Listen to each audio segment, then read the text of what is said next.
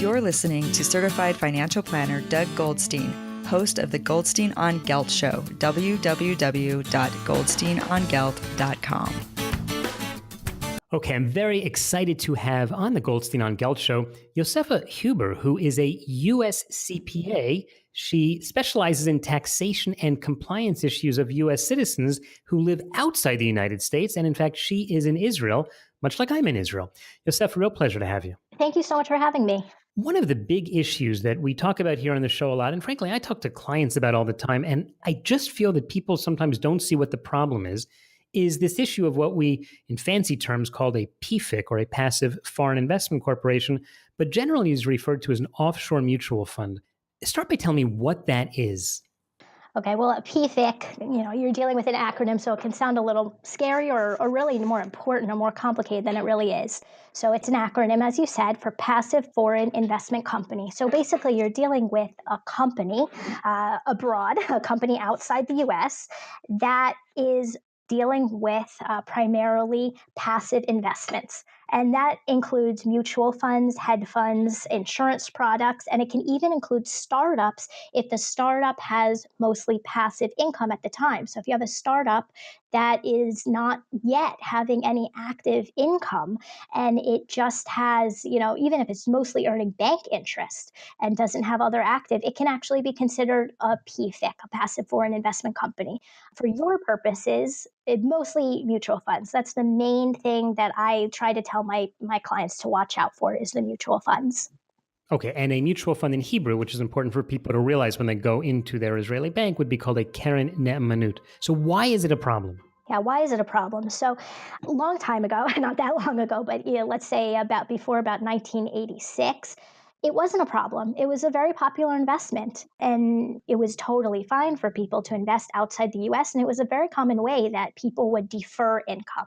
But that's the key. The key is the deferred income, and any time that you can defer income, the IRS wants to close that loophole because they want you paying taxes on the income as soon as possible. So what used to happen when you had a mutual fund outside the U.S. is you would buy the fund and you didn't pay any taxes on it. You didn't report it to the IRS until you sold the fund. And the IRS came along and they said, no, that's not okay. You can't do that anymore. So that's the main problem. From the IRS's perspective, that's the problem. Mm-hmm. For the consumer, you have problems could include reporting as well, because you might not be getting all the same information to report correctly that you get. But, you have similar problems with anything outside the U.S.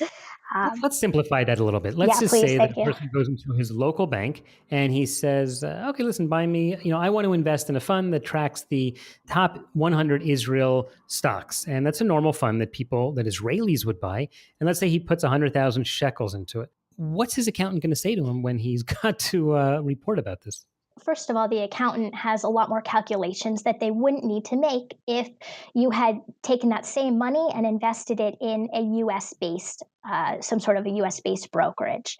So first of all, if you don't mind, I'm just going to compare to a US brokerage, which simplifies things quite a bit. Mm-hmm. If you invest in something based in the US, for example, a mutual fund based in the US, every single year, you're going to receive a 1099, and the 1099 shows your portion of dividends that you earned through the mutual fund, even though you don't actually see the cash, and your portion of capital gains through the mutual fund. Even again, you're not seeing the cash. They're not asking you for every single thing they buy and sell if you want it reinvested. You don't see the cash, but they report to the IRS and to you every single year what needs to be reported. And when you have a foreign mutual fund, you don't get that kind of a statement. You don't get a 1099. And that causes problems for your accountant. And the IRS is going to take a very strict view of that.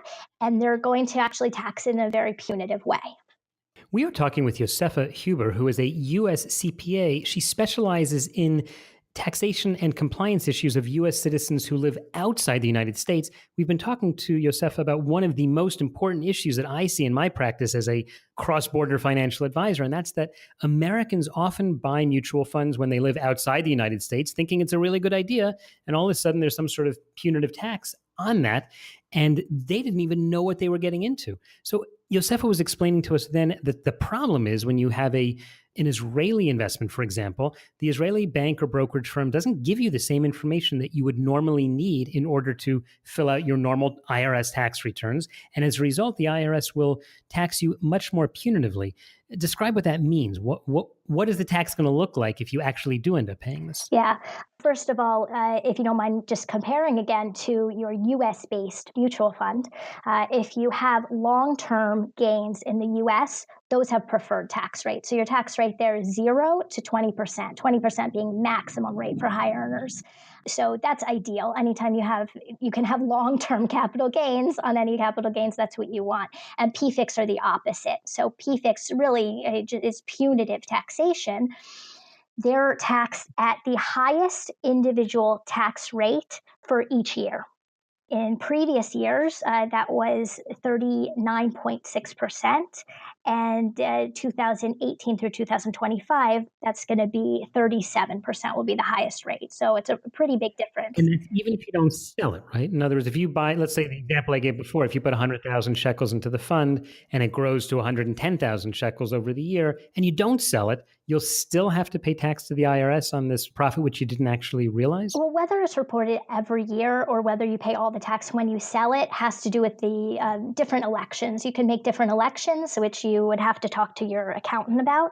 But very often, you're not getting enough information from the fund to report it every single year. So you're stuck reporting it only when you get rid of it and you report all the gain. And then that's when the second aspect of the punitive tax comes into play, which is interest.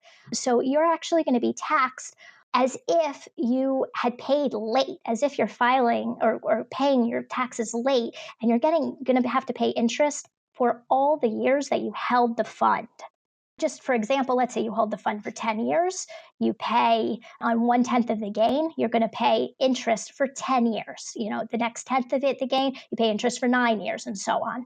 So it's very punitive taxation and interest. Okay, that sounds very painful. It is. And that's before your tax bill even comes. Right. So you would have to have the world's greatest investment to make up for the fact that the IRS clearly, it's not illegal, you're saying. It just sounds like it's a really crummy idea to do this kind of investing. Exactly. Right. And it's sad because people come to me, people who are not high earners do not have complicated investments. And they might not have even ever filed tax returns because they've been living outside the US for a long time. They didn't realize they need to file. They come to me to help them get caught up, which is one of the main things that I do. And they thought that they were being so responsible by investing their money. Or, they went to the bank and the bank said, hey, we see you have this money sitting here. Why don't you invest it with us until you use it? And they think they're being really responsible. I hate to be the bearer of bad news, but it's expensive to report and there's usually some heavy taxes involved. And I think the banks and the local banker don't necessarily even know what the issue is. So certainly in the past, they've been perfectly happy to take your money and invest it. And it's really your problem. It's not their issue because they're not the ones who are dealing with the taxation. They're investment advisors, not tax advisors. But Yosefa, you are a tax advisor, and you've covered one little problem, or just one big problem, but one little aspect of the many, many issues that Americans overseas have. Unfortunately, we are just about out of time today, but tell me in the last few seconds, how can people learn more about you and the work that you're doing? I have a website, Huber, H-U-B as in boy, E-R, tax, TAXCPA.com. And I'm also on Facebook, Yosefa, Y-O-S as in Sam, E-F as in Frank, A, Huber, H-U-B-E-R. Okay, we will put links to that at the show notes of today's show at goldsteinongelt.com. Yosefa Huber, thanks so much for taking the time. Thank you very much. You've been listening to the Goldstein on Gelt Show with money maven Doug Goldstein. Check out all of Doug's money ideas at goldsteinongelt.com. Doug specializes in helping people who live outside the United States handle their U.S. investment accounts. If you have a question that you would like answered on the air or off, contact Doug at his website or send him an email to doug@profile-financial.com.